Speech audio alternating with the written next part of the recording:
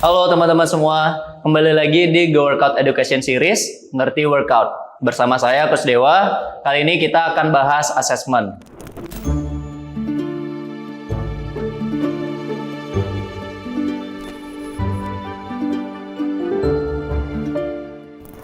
Banyak orang di gym mikir assessment itu cuma naik ketimbangan, catat angka berat badan, lalu selesai. Padahal, assessment lebih luas dari itu.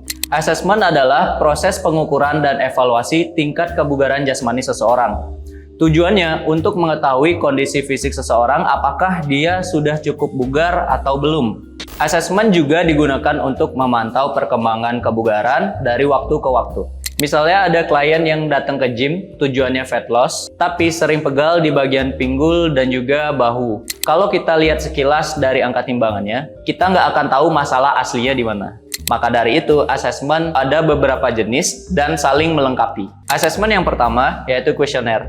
Assessment ini bahkan dimulai sebelum latihan. Biasanya meliputi tujuan latihan, riwayat cedera, aktivitas harian, dan juga kebiasaan tidur dan makan. Dari sini, coach bisa tahu batasan klien, program latihan yang perlu dihindari, dan fokus latihan yang paling aman. Yang kedua, body scale dan measurement. Biasanya mencakup berat badan, lingkar tubuh, dan juga body fat. Tapi ingat, ini bukan satu-satunya patokan, karena progres nggak selalu terlihat dari angka timbangannya aja. Yang ketiga, foto before after. Foto itu penting untuk melihat perubahan yang nggak sering kelihatan di angka. Foto membantu melihat perubahan postur, bentuk tubuh, dan distribusi lemak. Kadang berat badan sama, tapi dari foto tubuh kelihatan jauh lebih rapi. Yang keempat, basic movement assessment. Nah, ini yang biasanya sering dilewatin. Karena tubuh itu dibuat untuk bergerak, bukan cuma ditimbang. Basic movement assessment biasanya meliputi yang pertama, foot placement, untuk melihat kestabilan dan tumpuan kaki.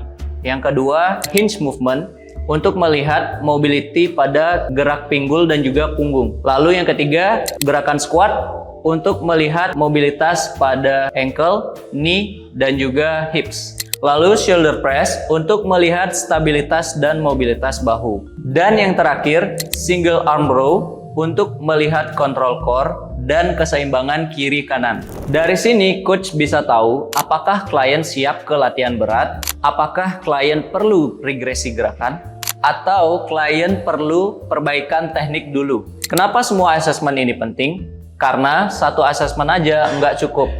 Kuesioner bantu kita tahu latar belakang. Body scale and measurement bantu pantau angka. Foto before after bantu lihat perubahan visual. Dan basic movement assessment bantu kita lihat kualitas gerakan. Kalau digabungkan, hasilnya akan jauh lebih akurat. Assessment itu bukan dibuat untuk cari kekurangan, tapi assessment itu dibuat untuk mengenal tubuh, melindungi dari cedera, dan memastikan latihan benar-benar sesuai dengan kebutuhan. Latihan yang aman dan efektif dimulai dari assessment yang tepat. Kalau kamu suka konten edukasi fitness kayak gini, jangan lupa like videonya, subscribe channel ini, dan nyalain loncengnya supaya kamu nggak ketinggalan notifikasi konten-konten kita berikutnya. Saya Coach Dewa, sampai jumpa di video berikutnya.